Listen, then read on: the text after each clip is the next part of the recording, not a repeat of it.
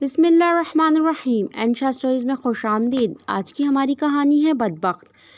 ہماری کہانیاں آپ کو کیسی لگ رہی ہیں ہمیں کمنٹس میں بتائیے، امید ہے آپ کو پسند آ رہی ہوں گی۔ تو چلیے آج کی کہانی شروع کرتے ہیں۔ اجالا اپنے باپ کی اکلوتی بیٹی تھی۔ ماں باپ بہت ہی غریب تھے۔ باپ مزدوری کر کے جو بھی کماتا اس سے 2 وقت کی روکھی سوکھی کھا لی جاتی۔ روٹی کو تو وہ ترس چکی تھی۔ جوان ہوئی تو ارمان بھی جوبن پر آ گئے۔ گلی کے کئی لڑکے اس پر مرتے تھے۔ بے حد حسین تھی، اسی لیے غرور بھی کرتی۔ جلد ہی اس نے ایک آدھ لڑکے سے بات کر کے کھانے منگوانے شروع کر دیے۔ وہ اپنی حدود کو جانتی تھی، مگر اس کا مقصد صرف باہر کی دنیا گھومنا اور کھانا پینا تھا۔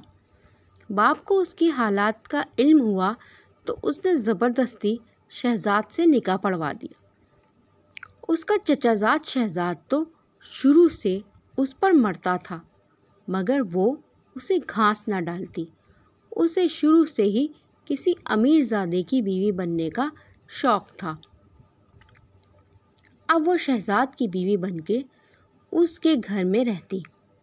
شہزاد جو کہ پکوڑوں کی ریہڑی لگاتا تھا، شادی کے بعد وہ اچھا خاصا کھلانے لگا، مگر شہزاد تو اسے بالکل ناپسند تھا۔ وہ اسے محبت سے دیکھتا بھی تو اجالا اسے خوب ڈانٹتی اور اپنی طرف دیکھنے سے بھی منع کر دیتی۔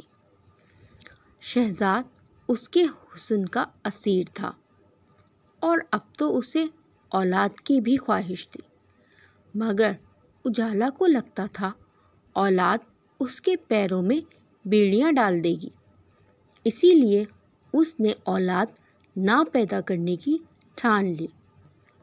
وہ کہیں دور ایک آزاد پنچھی کی طرح اڑنا چاہتی تھی۔ شہزاد اس پہ جان چھڑکتا تھا۔ وہ لاکھ اس سے منہ موڑے، اس کی کوشش ہوتی تھی کہ اجالا اس سے خوش رہے۔ وہ شہزاد سے نجات بھی حاصل نہ کر سکتی تھی، کیونکہ جانتی تھی وہ والدین کے گھر واپس بھی نہیں جا سکتی۔ وہاں تو فاقوں کے طوفان منڈلا رہے تھے۔ وہ خود سے تنگ آ گئی۔ کبھی کبھی دل کرتا خود کو ختم کر لے، لیکن پھر چاہ کر بھی کچھ نہ کر سکتی۔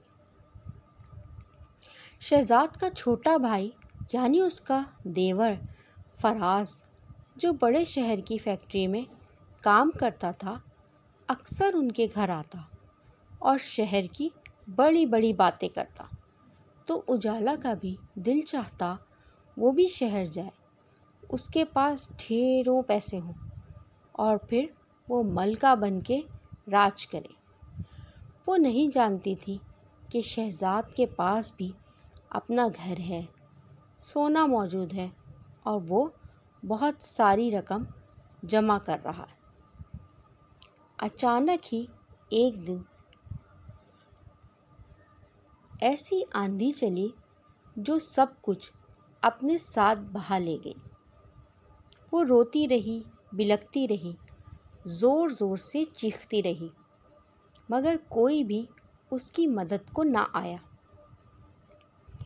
ایک بھیانک رات میں نقاب پوش ڈاکوؤں نے زبردستی اجالا کے گھر میں گھس کر فائرنگ کر دی۔ فائر سیدھا شہزاد کے سینے میں لگا اور وہ وہیں گر کر فنا ہو گیا۔ رات کے اس پہر جب سب آرام کی نیند سو رہے تھے، اس نے اپنی چیخوں سے سب کو جگا دیا۔ اس کی دردناک چیخوں سے ہر کوئی غم میں مبتلا ہوتا نظر آیا۔ گھر، زیور اور باقی پیسے سب کچھ اب اس کے نام ہو گئے۔ وہ سارا دن شوہر کی یاد میں روتی رہتی۔ پھر جلد ہی وہ گاؤں چھوڑ کر کہیں دور جا بسی، شاید اپنے خوابوں کے شہر، جہاں اسے کوئی روک ٹوک نہ تھی، جہاں وہ اپنی مرضی سے زندگی گزار سکتی تھی۔ لیکن کبھی کبھی چونک اٹھتی، روز رات کو سوتے ہوئے اس کا ضمیر اسے بے چین ہو کر کچوکے لگاتا،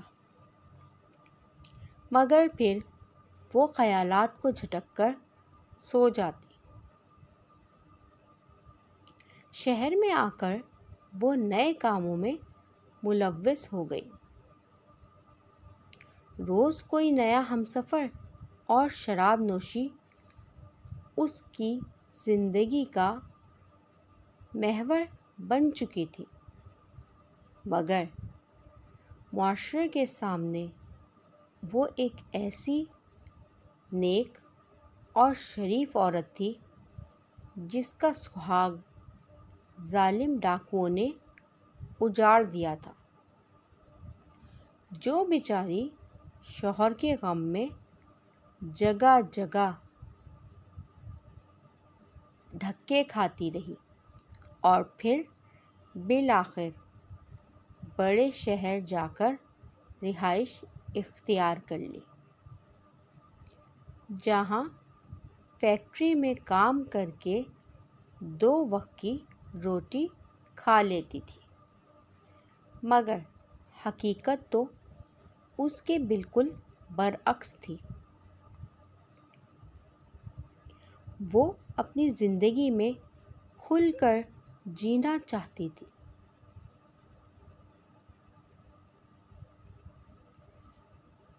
وہ اپنے سب اقدار، روایات اور اصولوں کو بھول کر باغی ہو چکی تھی۔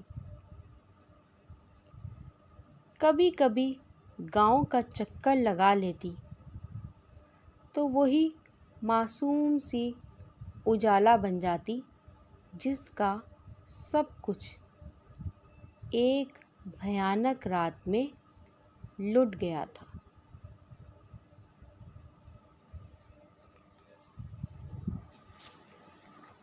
پولیس نے اس کے دیور فراز کو شک کے شبے میں گرفتار کرا ہوا تھا،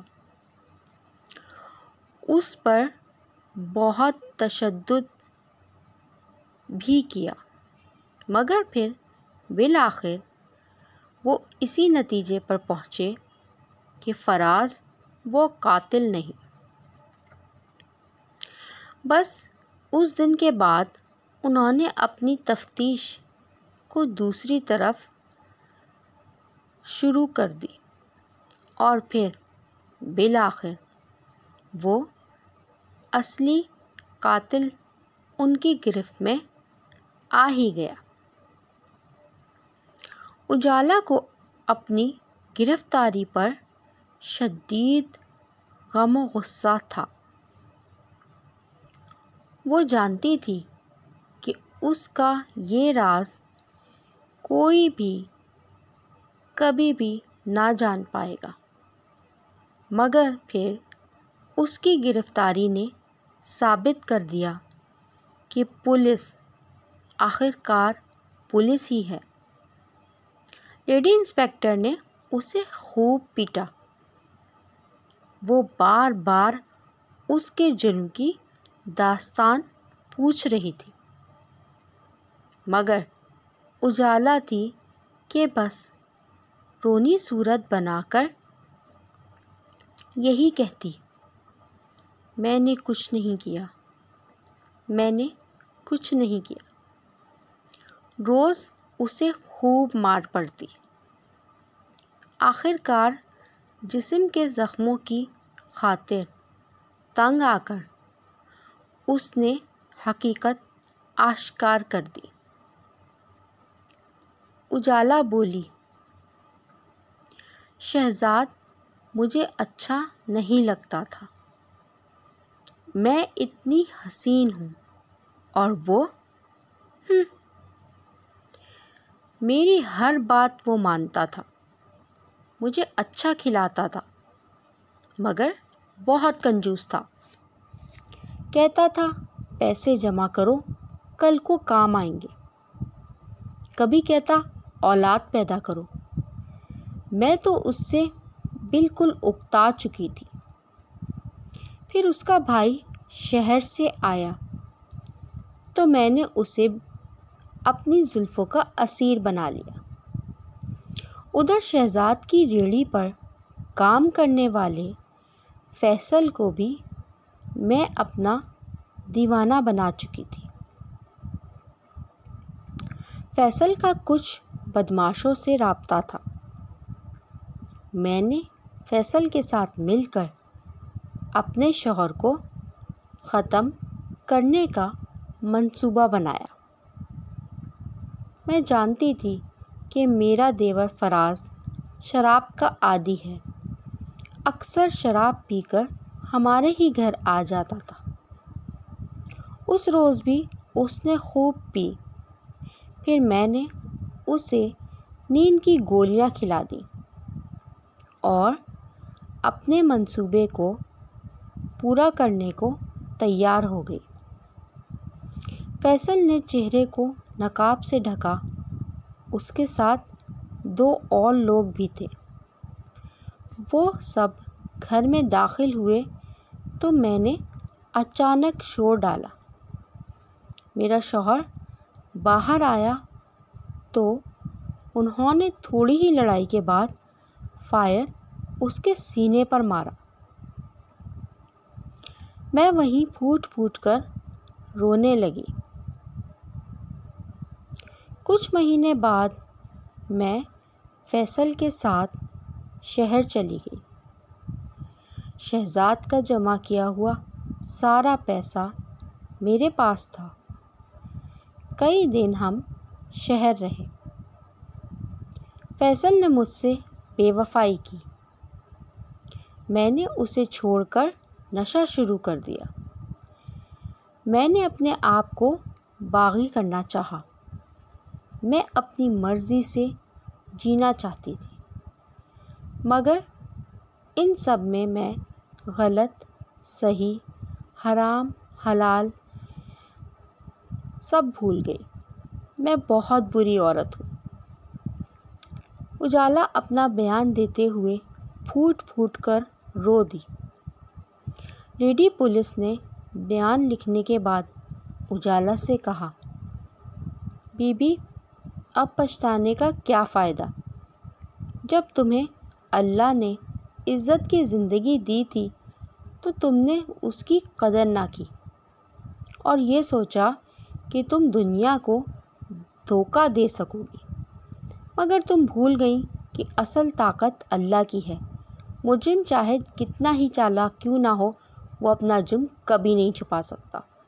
جیل کی سیاہ ظالم سلاخوں میں اسے اپنا دم گھٹتا محسوس ہو رہا تھا۔ اپنوں سے جدائی کا غم ناقابل برداشت تھا۔ وہ دن رات پچھتاوے کے آنسو بہاتی، مگر بے سود۔ گزرا وقت کبھی اس کے ہاتھ نہ آ سکتا تھا، بلکہ پردہ اسکرین کی مانند اس کے سامنے تمام مناظر چلنے لگتے۔ جیل میں کوئی عورت اسے طعنہ دیتی تو کہتی، کیسی بدبخت عورت ہو، ذرا حیا نہیں آئی۔ وہ روتی رہتی، مگر جیل کی یہ سلاخیں اس کی دردناک زندگی اور موت کی جگہ بن چکی تھیں۔ آج کی ہماری کہانی آپ کو کیسی لگی ہمیں کمنٹس میں بتائیے گا، اور ہمارے چینل کو سبسکرائب کر لیجیے اور شیئر کیجیے۔ اپنا بہت خیال رکھیے گا۔ پھر ملتے ہیں، اللہ حافظ۔